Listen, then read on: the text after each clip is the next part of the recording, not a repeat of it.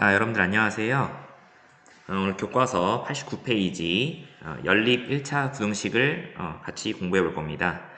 우리 저번 시간까지 해서 모두 방정식 다 공부했을 텐데요. 방정식과 부등식의 차이는 그냥 등호 대신 부등호가 표현되어 식을 구성했다. 뭐 이렇게 이제 보면 될 것 같습니다. 그리고 마찬가지로 방정식처럼 해를 구할 수 있는데 그 부등호를 만족하는 범위를 구하면 되겠어요.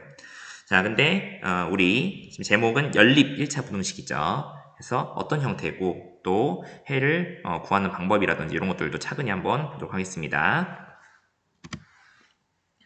자, 생각열기에 지금 뭐 사다리차가 있고 한 번에 100kg 이상의 물건을 올려놓으면 경고음이 울린다고 하는 조건도 있네요. 자, 1번 보니까 자, 무게가 Xkg인 물건 1개와 30kg인 물건 1개를 동시에 올렸다. 그때 경고음이 울리지 않았대요. 자, 그러면은 X와 30kg인 물건을 동시에 올렸다고 하니까 결국 둘의 합을 통해서 이제 총 무게를 계산할 수 있고요. 그게 이제 100kg 이상이 안 되기 때문에 경고음이 울리지 않는 거죠. 그러니까 이런 식으로 표현할 수 있을 것 같아요. 자, x 플러스 30은 100보다는 작다. 그죠? 이상이라 함이 결국은 크거나 같다죠. 근데 지금 100보다는 작으니 경고음이 울리지 않았겠죠. 다음 2번. Xkg인 물건 3개와 20kg인 물건 1개를 동시에 올렸더니 경고음이 울렸다. 그럼 어떻게 하면 돼요? 이 동시에 올렸다고 하니 또 덧셈으로 이렇게 좌변을 3x 플러스 20으로 놓을 수 있고요. 자, 100kg 이상이 되면 경고음이 울린다고 했으니까 100보다는 크거나 같다. 이렇게 이제 부등식을 표현하면 되겠어요. 자, 뭐 어렵지 않죠? 식을 해석해서 부등식을 표현하는 것에 대해서 한번 해봤고요. 자, 지금 우리는 이제 연립 1차 부등식의 형태를 좀 보려고 해요. 그래서 어떻게 지금 표현하느냐? 부등식에서 우변에 있는 항을 모두 다 좌변을 이항해요. 그러면 이제 우변이 선생님이 지금 커서로 가리킬 텐데 이런 식이 이제 0이 되겠죠? 근데 좌변은 모두 이제 x에 대한 뭐 그 미지수에 대한 1차식의 표현으로 나타내지는 것을 1차 부등식이라고 해요. 왜냐하면은 이 좌변을 이항했을 때 여기 이제 1차식이 아니라 그냥 상수항이 돼버릴 수도 있거든요. 그러면 이제 부등식, 그러니까 1차 부등식이라는 이 조건을 못 얻어요.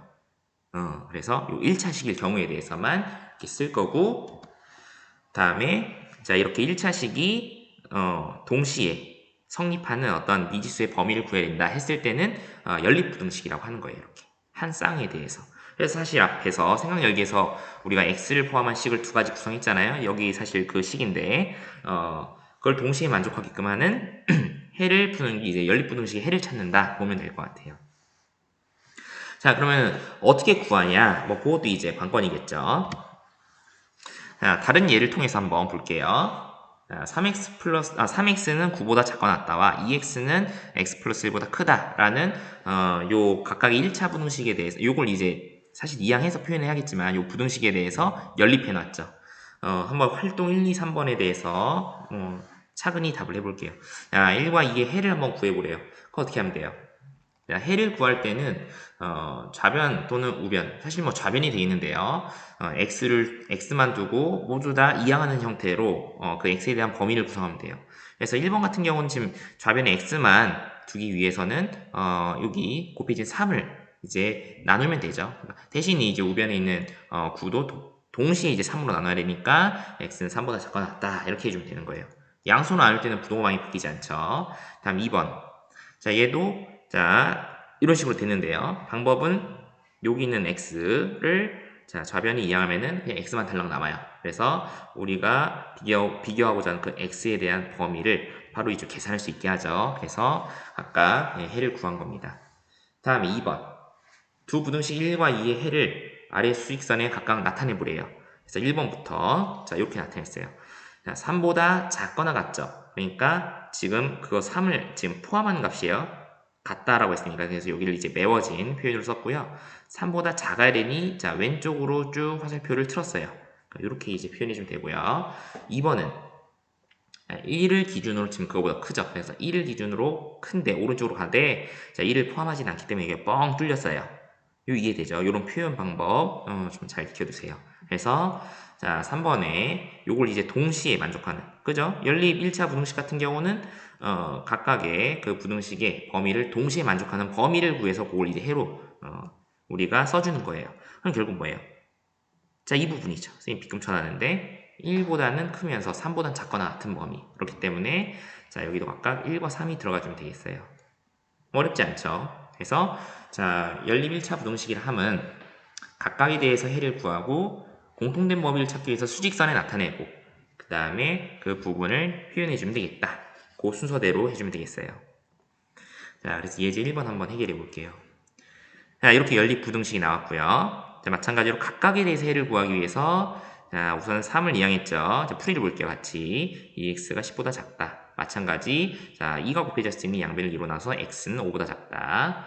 자, 두 번째 식도요. 2x 플러스 4가 3x 플러스 1보다 커 낫다 되어 있는데 어떻게 해주면 돼요? 2x를 그냥 이렇게 우변으로 이항합시다. 그럼 x고 그다음에 1은 좌변 이항하면 3. 그러니까 x는 결국 3보다 작거나 같다인데 굳이 x를 또 좌우변 바꿔 써서 이렇게 나타낸 거예요. x는 3보다 작거나 같다. 그래서 동시에 이제 표현하니까 이렇게 이제 수직선에 나타내 있고 공통된 부분은 여기랑 겹치죠, 그렇죠? 여기는 겹치는 게 아니에요, 그죠? 요 부분이 딱 겹치는 거죠. 그래서 파란색으로 나타낸 거예요. 그래서 이 부분에 대해서 해석해주면 3보다 작거나 같으니 이렇게 부등식으로 답을 해준 겁니다. 자, 그러면은 문제 1번 한번 해결해 보세요. 다 풀었다 생각하고요. 또 풀이 진행하겠습니다. 어떻게 해주면 되냐? 결국 또 방법은 계속해서 같습니다. 각각에 대해서 부등식을 해를 구하고 그 다음 공통된 부분을 수직선에 나타내주면 되는 거예요. 1번부터 자, 선생님이 이런 식의 풀어봤어요. 자, 이항해서 2x는 6보다 작다. 또 여기도 이제 적당히 2에서 마이너스 1이 보다는 x가 크다. 그 다음에 이제 x에 대한 범위로 나타내면은 여기 이제 2로 나눠주면 되죠. 그래서 요것을 각각 수직선에 나타냈어요. 이렇게 마이너스 1보다는 커야 되고 3보다는 작아야 돼요. 여기가 공통된 부분이죠. 그것을 써주면 되겠다. 이렇게요. 어려운 거 없어요. 다음 2번. 자, 얘도 이제 이항에서 x를 우변 이항했네요. 5보다는 작거나 같고. 다음에 얘도 적당히 이항을 해서 상수한 끼리 이제 그 x를 포함한 한 끼리 좌변 우변으로 이제 나눠준다 생각하면 될 것 같아요. 그래서 3x는 9보다 커 낫다. 근데 마찬가지 x만 이제 우변에 두고 싶은 거니 3으로 나누면 되겠죠. 그래서 이것을 또 수직선에 나타내요.